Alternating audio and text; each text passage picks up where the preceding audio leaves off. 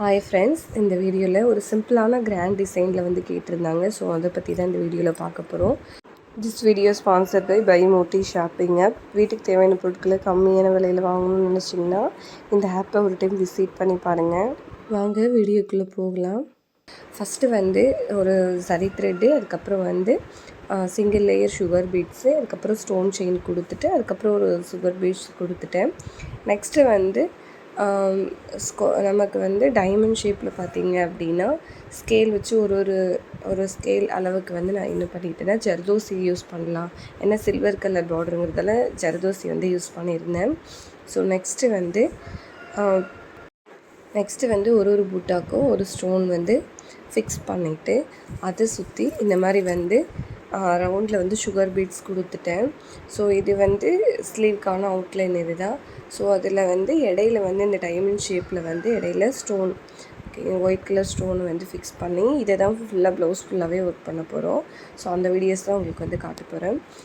Next பார்த்தீங்க அப்படின்னா ஒரு லேயருக்கும் அந்த புட்டாஸ் இருக்கிறதுக்கும் நான் வந்து ஒரு சிங்கிள் லைன் வந்து கொடுத்து ஃபினிஷ் பண்ண போகிறேன். இடையில வந்து ஜரி த்ரெட்டு வந்து சில்வர் கலர் கொடுக்கலாம், ஒரு ஒயிட் பீடு அப்படின்னு சொல்லிட்டு அதுதான் பிளான் பண்ணி வச்சுருக்கேன். ஸோ வீடியோ ஃபுல்லாக பாருங்கள், எப்படி இருக்குங்கிறத கமெண்டில் மறக்காமல் சொல்லுங்கள். ஸோ ஃபஸ்ட்டு வந்து கம் அப்ளை பண்ணிவிட்டு ஸ்டோனை வந்து ஸ்டோன் எடுத்து ஒட்டி எடுத்துட்டேன். இப்போ வந்து ஸ்டோன் வந்து நீங்கள் அந்த பென் இருக்கும் ஓகேங்களா, வந்து டிப் பண்ணி பண்ணுற பென்னு, அதில் வச்சு நீங்கள் ஸ்டோன் எடுத்துக்கலாம். ஸோ இது கொஞ்சம் பெரிய சைஸுங்கிறதால நான் ஹேண்ட்லேயே எடுத்து அதை ஃபுல்லாக வந்து கம் போட்டு அப்ளை பண்ணி ஒட்டி எடுத்துட்டேன். ஸோ அதை நீங்கள் அந்த பென்லேயும் யூஸ் பண்ணுறதா இருந்தால் யூஸ் பண்ணிக்கலாம். நெக்ஸ்ட்டு பார்த்தீங்க அப்படின்னா இந்த இதை ஃபுல்லாக இந்த ஸ்லீவை கீழே சைடு ஃபினிஷ் பண்ணிவிட்டு மேலே வந்து அந்த புட்டாஸ்க்கெலாம் வந்து ரவுண்டு இது சுகர் பீட்ஸ் கொடுத்துருந்தோம் இல்லைங்களா, அதை வந்து என்ன பண்ணியிருக்கேன் அப்படின்னா சிங்கிள் லைன் அப்படியே வந்து அந்த புட்டாஸ் இருந்த லைன் மட்டும் சுகர் பீட்ஸ் கொடுத்து ஒர்க் பண்ணேன். சுகர் பீட்ஸ் கொடுத்து ஸோ அந்த ஸ்லீவ் ஃபுல்லாக கம்ப்ளீட் பண்ணதுக்கப்புறம் இடையில கொஞ்சம் கேப் இருக்குதுன்னு சொல்லிவிட்டு ஸோ அதை என்ன பண்ணேன் அப்படின்னா ஜரி த்ரெட் வந்து கொடுத்து ஒர்க் பண்ணியிருப்பேன். ஸோ இது வந்து சுகர் பீட்ஸ்.